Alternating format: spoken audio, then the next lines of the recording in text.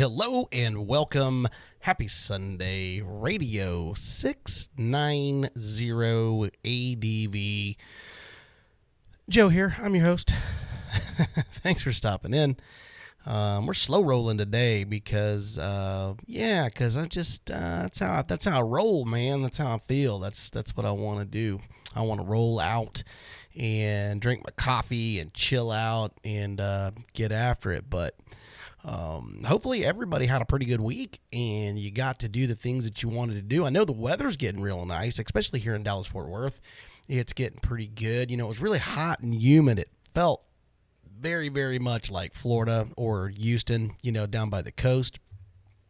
I hate that. I absolutely hate it. I lived in Florida. I grew up in Florida, and you couldn't pay me enough money to move back to that state and live there. It's just not going to happen. There are too many problems with that state. It's flat. It's hot. It's humid, and it always feels like you've got a hot towel or just a wet towel wrapped around your body at all times. You can try to justify it any way you want to, but at the end of the day, the answer is nil, no, nada. And I got friends that live there. I got buddies that live there. But there's absolutely no way. And I know people are like, oh, you live in Texas, man. That surfs the sun. Well, I got news for you. The temperature is the same there as it is here. The difference is it's a much drier heat up here in Dallas-Fort Worth than it ever is going to be down there. And I can deal with this. That is absolutely miserable. It is not much fun. Not only that, the certain bugs that live there, not going into details. But anyway, like I said, the weather is changing. It is getting better. It's really, for this time of the year, it's mild for Texas in the Midwest. To be honest with you, I personally think so. If you live in Texas or whatever, I mean, what do you think? I mean, I think it's pretty nice overall. It's not like I said, the humidity, it's got pushed out, so it's a dry heat. It's still hot, but at least, you just don't have that moisture all over your body. It really sucks. It just feels like you're wet and muggy and yucky and it's awful. So, but you can get out and ride a little bit because it's not too bad. We're not even in triple digits yet, except for down towards the real southern part of Texas over by, Big Bend and El Paso in that area. They've already hit triple digits, but they usually do by this time. So, it kind of is what it is, and it ain't what it ain't. So, but anyway, on today's podcast, I want to talk about, used dual sports and older dual sports. I just did a video Friday on, 3 of the best used dual sports. I'm not going to go into that. If you want to see it, it's over on our YouTube channel, youtube.com/690ADV. But I want to talk about the older dual sports, the ones that have really kind of been around, and some of them are still actually in production, but, some of them are discontinued, and I still scratch my head to this day trying to figure out why they discontinued certain, dual sports or enderos. Everybody's got an opinion on everything that's out there. And that's kind of what we're going to talk about, the older dual sports and the biasness with certain writers. And whenever they make comments or if they make anything, if you're on Facebook or on YouTube or something like that, they make these just snarty comments. It gets under my skin. It just gets under my skin and it drives me nuts. But for every one person that's like that, there's 10 guys that are not even remotely like that. Super, super cool, So let me get a sip of water, and then what we're going to do is I'm really just going to dig into these older dual sports and the ones that I personally, and this is a personal opinion, I don't care what you think, turn me off, whatever you want to do. This is my personal opinion, and, and I'm not biased to one bike, and what you're fixing to find out. That's not my thing, because I have multiple motorcycles at my, my facility, and I love them all pretty much the same, but they all serve different purposes, and that's the reason behind the motorcycles, but I think I kind of pinpointed why guys are the way they are, about certain motorcycles. And like I said, we're going to get into that here in just a minute. Anyway, first off, thank you so much to everybody. Thank you to all the supporters. Thank you to everybody that's on here that listens in every single week, makes comments, shoots emails over. Remember, 690ADV at gmail.com. And our website is 690ADV.com. And like I said, you can go there. You can check out all of our stuff. Our YouTube channel, we've got hundreds of videos, just hundreds of them. And like I said, if you ever want to support or help out with the channel, like I said, with our new podcast platform, you can actually donate whatever you want to, $1, $5, $3. I don't care. It doesn't matter. Every little bit counts. It helps out with all the things, cameras, video cards, SD cards, and all that type of stuff. Yeah. Dual sports. And it's so funny because I it's not one comment that actually did it. It just, they pop up all over the place, especially on my YouTube channel. But I also see a lot on the, on the groups on Facebook. What drives me just absolutely bananas is, like I'll make a video on certain motorcycles, and it's like, if I don't list your motorcycle, I'm like a piece of crap. I got it wrong and all these certain things. You have to understand that this is my personal opinion, and I base it off of fact. I don't base it off of, like going, oh, you know what, I own a KTM 690 Enduro R, and it's the best bike ever. And if you don't have one, well, you are dumb and you're a bad rider, and you're buying junk. I'm not like that. But I'm just using the KTM because that's what I ride. But I also have a Honda too. There are guys that, I swear to God, if I'm talking about, let's just say an XR 650L, they'll come in and tell me that the DR is it's 10 times the bike that the XR 650 is. It's not. it's physically not. It is just 100% that is false, and you are biased to whatever it is. And it drives me nuts when people come in and they just bash a certain motorcycle, based off of, because they don't own one.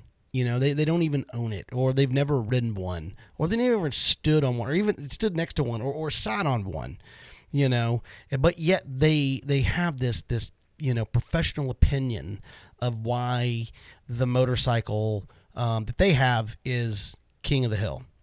And it's usually the guys that own their one bike. It's one bike. They only own one motorcycle. But if you ask them why, they're like, because that's all I need. It's the only Swiss Army knife I need in my day. No, you probably have that one bike because, well, that's all you can afford. And that's okay. There's nothing wrong with that. But be realistic about it and say, hey, you know what? I love my DR. I think it's fantastic. I love all the other bikes. I wish I could own one of those bikes, or I wish I could this, or I wish I could that. But no, it just always comes out, man, that bike's a piece of junk. It drives me nuts. So I'm just getting this off my chest. And it's not just, I'm just using the KTM and the XR as reference. It's not just one. It's all across the board. I mean, it could be Beta. It could be, CS Moto. It could be, God, there's so many different manufacturers. You get into the Chinese stuff, and then, man, you want to spark a fire up.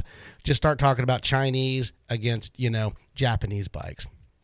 Holy macaroni, dude. It'll never end. It'll never, ever end from, the guys just telling you how horrible the Chinese bikes are. I hate to break the news to you. There's quite a few, reviews out there of guys that have gotten them and ridden them. I'm not saying they're better than the Japanese bikes by any stretch of the imagination, but what I am saying is they're not as bad as you're making them out to be. They're not. I get lots. I did a couple of Chinese motorcycle videos, and I got hundreds of comments of guys and emails saying that they bought a Chinese bike because that's really all they could afford. And you know what? Thumbs up to them, because at least they're riding, man. They're riding. They're getting out, and they're getting to experience it and be part of it and really appreciate what it's like to have that soloness on a motorcycle. I just think that's awesome. But then you just get those guys that just they'll hammer it, and they'll just say, it's like, look, man, the best bike is what you can afford. It doesn't matter if it's a KTM, a BMW, a Beta, gas, Husky, Honda, Suzuki. Man, I don't care. I really don't care. If you're riding, man, you win. You win if you are riding. period. And if you're from the other side and you're coming over to the dual sport, well, welcome, because you have just found an epic side of riding that will basically bring so much happiness and joyness into your life that you never knew existed. Because you're going to be able to, as you're riding by something that has a little dirt or a little scree that you couldn't do on that sport bike, well, now you can do it. You can get out and you can actually do it. Anyway, older dual sports, I'm just going to list off, personally, I'm not going to say one's better than the other. They all have their positives and they all have negatives to them. Every single one of them. There's no such thing as the perfect bike. And I'll go to the mat with you. You can tell me it's a DR, an XR, a CRF, or a KTM 690, or a KTM 500, or a KTM 350. No. The answer is no. It's no. There's no such thing. There are bikes that do really, really well on certain things, and they do really, really not very well on the other side of it. And that's really what it boils down to. But the best bike is your bike that you have for what you're doing. And at the end of the day, that's what it is. But listing off the dual sports, and I know, God, just please, just don't, just don't, that's an enduro. Dude, enduros are still dual sports. Because if you don't know what enduro is not a U.S., it's basically from Europe, and it basically means that it is a dual-purpose bike. It is made to go off-road. It is made to be an on-road bike. Dual sport is kind of our word. Anyway, the KLR 650, it's a tractor. It's fantastic. It's a great bike. I've owned two of them. I've got buddies that have owned them. I got guys that still ride them, man. I talked about Jay Masterson, Super B. I tell you what, if you ever want inspiration of a guy that gets it and a guy that gets out in it and a guy that truly, I've never seen him in a picture or a video or anything where that dude's not smiling. He is truly enjoying life. He rides. He doesn't have anything fancy. He's got a homemade trailer he puts behind his KLR 650. He's on his little tour right now. He does it every year. He doesn't make excuses. He doesn't whine. He doesn't cry. He just takes care of business. But there's so many guys out there that just make all these things that they have to one-up the next guy. Not him. Go check him out, man. He's on Facebook. It's Jay Masterson, and his call sign for his stuff is called Super B. And he's got decals all over that bike. It's really cool. It's a black KLR, and he's got 100,000 decals on that thing. I'm just being facetious, but he has a bunch. He has a bunch of them on there. But the guy, he started out, he's basically down in Big Bend, and he works his way up every year. And the guy truly tours. He truly gets out. He truly gets out in it. And he doesn't have some flashy, he doesn't have a BMW 800. He doesn't have a 1200. He doesn't have, he's got a KLR 650. He's got a KLR 650. And that's all he rides. And he loves that bike. He has no desire to sell it, trade it, do any of that stuff. And people are like, oh, the KLR's just a big old fat tractor, can't do crap, can't do blah, blah, blah. Well, I hate to break the news to you. The KLR 650 will go anywhere any other dual sport will go. I've seen it, I've done it, and it will happen. It's just not real good at it, but it will do it. It will handle it. It will go through single track. It will basically do the highway. It will, it'll go down canyons. It'll go down ruts. It'll do sand. It'll do everything. It's a freaking tractor, man, but it will do it. It will absolutely do it. The DR650, I really, truly want a DR650. Just to have one. I wish I had a giant barn that I could just buy all these bikes and put them in there. But I don't. But the DR650, man, it's been around. It hasn't changed a whole lot. I know there's a lot of guys between the DR650 and the DR400 that would kill for a change in that bike. But here's the deal. The manufacturers, if it ain't broke, don't fix it. That's it. And if you don't understand that, then that's just the way it is. We want to change with the KLR. Everybody wanted a twin. Everybody wanted that sixth gear, and I'm just saying, if they didn't do it, there's a reason why they didn't do it. It probably wasn't set up, wasn't capable. There were just so many things that go into it.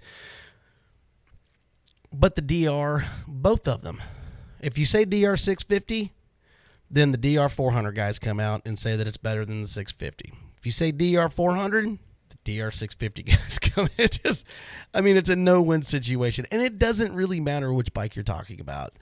That goes all the way into Honda. And if you know what I'm talking about, if you're listening to this on YouTube, or if you're where you can comment, on the podcasting platform that you're on, just let other guys say it's the truth. I don't care what you say. I really don't. You can't help it. That's just the way it is. You get guys with a KTM 690, then you get the 701 guys. Excuse me. 701's better than the 690. 690 is better than 701. It's like this battle that will never, ever, ever, ever end. So it doesn't really matter. It doesn't matter what it is. You got the CRF guys. You talk about the 250. Well, then you get the WR guys that come out. So, but yeah, the KLR 650, the DR 650, the DR 400. I'll tell you what I like that I think is really cool is the BMW, the old 650s, the Dakar or the Dakar edition, and now I think they call it like the Serato or something like that. I think that bike is fantastic. The XR 650R, to this day, I know it's a dirt bike, but a lot of guys converted those over to dual sports, and they're great bikes, tons of power. Probably it would be KTM's biggest nemesis if they kept that bike in production. They did not, so it really doesn't matter. The XR 600, the DR 350s. God, man, and just the list goes on and on. The WR, the 250s are fantastic. It just, man, the Suzuki, the DR 200. There's a lot of guys. It doesn't matter what it is. In the TW 200, the XT 250. You just see guys, but no matter what you put up there, if you're making a conversation on an XT250, it just doesn't matter. Just everybody comes out of the woodwork and talks about how, the bike that you're talking about, you'll get guys that will give it kudos, but you just get those guys that come out of nowhere and just start hammering down on stuff, and they have no experience. They have nothing on the bike. But yep, they just love to run their mouth. And I figured it out is that people just have nothing better to do. Not all. Some. Small amount. My opinion. They have nothing better to do than to just hate. That's it. They just love to hate. And I'll get people that'll hate on this. They just will. They won't even make it this far. They'll be like, man, that 690 doesn't know what he's talking about. Or that 690 this or that 690 that. Look, you know what? I'm not 690. 690 ADV is a community. I happen to be Joe of the 690. I'm not 690. The thing is I have a 690R, and it just so happens I put it all together and biff, bam, boom. That's how I made it. I got a 690. I love to adventure ride, and 690 ADV. That's how it all happened. There's nothing fancy. I didn't fall and hit my head on a rock or something like that, and it just popped out. But all the old dual sports, they're all fantastic, and I get so many emails, and I get so many people that sit there and give me really good information and stuff like that on the older bikes and how they love them and how they do all this stuff. But I wanted to just kind of talk and throw out all the, some of the different old dual sports. And I'm going to miss a bunch, and I already did. And that's your job to basically put it down in the comments and say, you missed this one and this one and this one. And I can't list them all out. There's too many. There's just too many of them, But, it's like on Friday night's video, I had somebody make a comment saying that, of the three bikes, that none of those were dual sports. None of them are dual sports.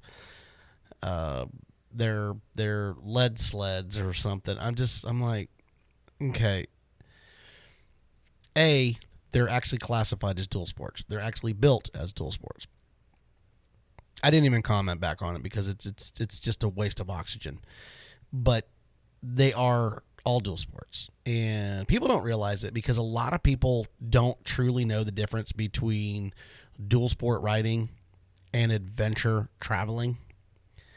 and enduro riding. And here's the deal. If you've made it this far into this podcast, enduro riding is basically going out, whether it's single track, dual track, doesn't matter, canyon riding, desert riding. You don't have anything on the bike. You are stripped, ripped, and that's it. You go. That's it. You may have a backpack on your back with a water bladder, something like that. That's it, man. You ain't got nothing on there. That bike's light. You're hauling. You're just blowing and going. There's nothing on there. So basically, you're going in for the day. You're coming out for the day. Dual sport riding is a little bit of both. It's getting out in it. It's actually doing it. Every once in a while, you'll take your gear, but a lot of times you'll stay at hotels and you'll strip your stuff down. You'll go in light. You'll go in tight so that you can get in and get out, and make it easy. Adventure travelers. There's really kind of two different types of adventure travelers. There's guys that adventure travel on big adventure bikes. Okay? Adventure bikes. Know what an adventure bike is, because if you don't, then you're fixed to get informed what an adventure bike is. An adventure bike is not a BMW 1200. An adventure bike is not a 1090 KTM. It is not a KTM 690. It is not a 701. It is not a KLR 650. An adventure bike is any of those bikes that you put gear, camping, because that's the word adventure. You're not truly adventure riding if you're going and staying in a hotel every night. There's no adventure in that. You may have a little bit of adventure during the day, so you are getting part of it, but you are adventure riding. You're not adventure traveling. And you need to get out in it and pack a tent, hammock, all that type of stuff. True adventure riders basically ride. Most of them camp. They get up and they do it all over again for days on end. Those are real adventure riders. Then you get the travelers that will mix it up. They'll do a little bit of both. They'll camp a little bit, and then they'll stay in hotels a little bit. So, it just, the thing is that everything is so just basically, the terms are so misused, and it just absolutely floors me. I'll see these guys that they have all these pictures of themselves riding, talking about, I adventure this and I adventure that. But every picture I see of them, they're riding empty. They're riding dry, which means they don't have anything on. They're just basically riding off. And that's awesome, because I would love to do that. I normally don't get to do that. But when we travel, we do thousands of miles, and we camp every night. We stay at a new campsite every single night. And to me, that's truly adventure, and I'm almost kind of stepping outside of my boundaries of what, I'm not sitting there saying my way is better than your way. So, I kind of take some of that stuff back, telling you what your adventure traveling is versus my adventure traveling or my ideas, because it is my opinion. But I just think that, it just, my thing is it's just so hard to listen to guys that, they've never been camping on a motorcycle. They talk about how that Jeep Pass was just a joke to do. But, I'll tell you what, go up Engineer Pass fully loaded down on a KLR 650 and tell me how easy it was. And I know what you're thinking. I know exactly what you're thinking right now. You're like, why would I? Why would I want to take that big fat pig up the mountain fully loaded down? Why would I want to do that? That's dumb. Because that's part of your route. That's why. If that's part of your route, because you got to go up and you got to piggyback down the backside of the mountain to Lake City, that's it, man. That's your road. That's your road. You got to get up, make it or don't make it. That's your deal. So, but that's stuff that I'm getting into and talking about adventure traveling. Is that's how a lot of guys do it. A lot of guys are loaded down and they're going and doing this stuff. And I have much more respect for those guys than guys that just drop dirt bikes off and just fly up the mountain and come back down and then tell some guy that they don't know how to ride because they're doing it their way, or they're riding up there with fully loaded gear. That's the adventure, man. That's the adventure. It ain't easy, and it's not for everybody. It's much easier, trust me. I've went up Engineer Mountain. I've flown up that thing on my KTM, and I tell you what, I was about 80% loaded. The only thing I didn't have was my tent, but I had my giant loop on the back, and I had a 1090 behind me, and I had a BMW F800 GSA. Both great riders. One is a very good rider, and I flat destroyed both of them. It was not even close. It just wasn't even close. I literally just flew up the mountain and parked and waited. I thought they were either dumped their bike or whatever, and I'm just sitting up there jamming out on my radio. And I get it. I do get it, because those guys, if you've got the right tool for the right job, man, it makes it real easy. But it's also a challenge for those guys too, because I've done it on a BMW F800 and a KLR 650 up that mountain, and it's hard. It's hard. It's not much fun. You white knuckle. The bike's so heavy because it's almost 600 pounds loaded. But at the end of the day, to each his own. To each his own. So anyway, old dual sport bikes, all of them, the KLR 650, the DR 650, and I'm not going to leave it out because I know there's going to be guys, the DL 650 from Suzuki, the V-Strom. I've owned one of those too, and I've taken it through the ringer. So trust me, I know. The XRs, the WRs, the Betas, and man, all these bikes that are just awesome. The KTMs, man, I just love them all. And the older bikes are just so cool. From the scramblers, like the old Honda scramblers back in the day and all that stuff, man. I just wish that some of these bikes could just stay around a little bit longer, and they'd make them priced right to where we can buy more bikes. It's just, that's not going to happen. But I will tell you this. If you don't dual sport and you're trying to get into it and you are listening to this, I'm telling you, man, it'll change your life. It'll change your life. It's so much fun. The bikes are just fantastic to ride. They're easy, or easier to ride. I'm not going to say they're real easy, but they're easier to ride. You sit upright. They're way more comfortable. And you can go down those dirt roads, man. You can go check it all out. And you can camp on them. I've actually been out with guys that follow me on the channel. We've met up and we've ridden. And we've adventure traveled and stuff. Nothing on anything big because everything's so jacked up these days. Our trip got canceled this year because of the COVID-19. But it's on reserve. It's coming. We got about 2 more months, and then we are packing and rolling, man. So, we're going to shoot videos, so you'll get to see a lot of it, and just us cutting up, having a good time, and that's really what it's all about. If you're not happy, don't do it. That makes absolutely no sense. But anyway, thank you so much. Have a happy Sunday. Enjoy yourself. Have a Coke, have a beer, have whatever it is that makes you happy. Ride your bike. Check out the sunshine. Go set a hammock up, man. Go swing out in the old outside and let that breeze hit you in the face, in between 2 trees. Heck, go wet a noodle, man. Go catch you some fish or something. I'm Joe, Radio 690 ADV. Don't forget, go to our website, 690adv.com. You can hit us up anytime at 690adv@gmail.com. And our YouTube channel, youtube.com, 690adv. Check it out. We got tons and tons and tons of videos and lots of really cool, neat stuff. You guys have a great day. Thank you so much. I'm Joe, 690 ADV, out.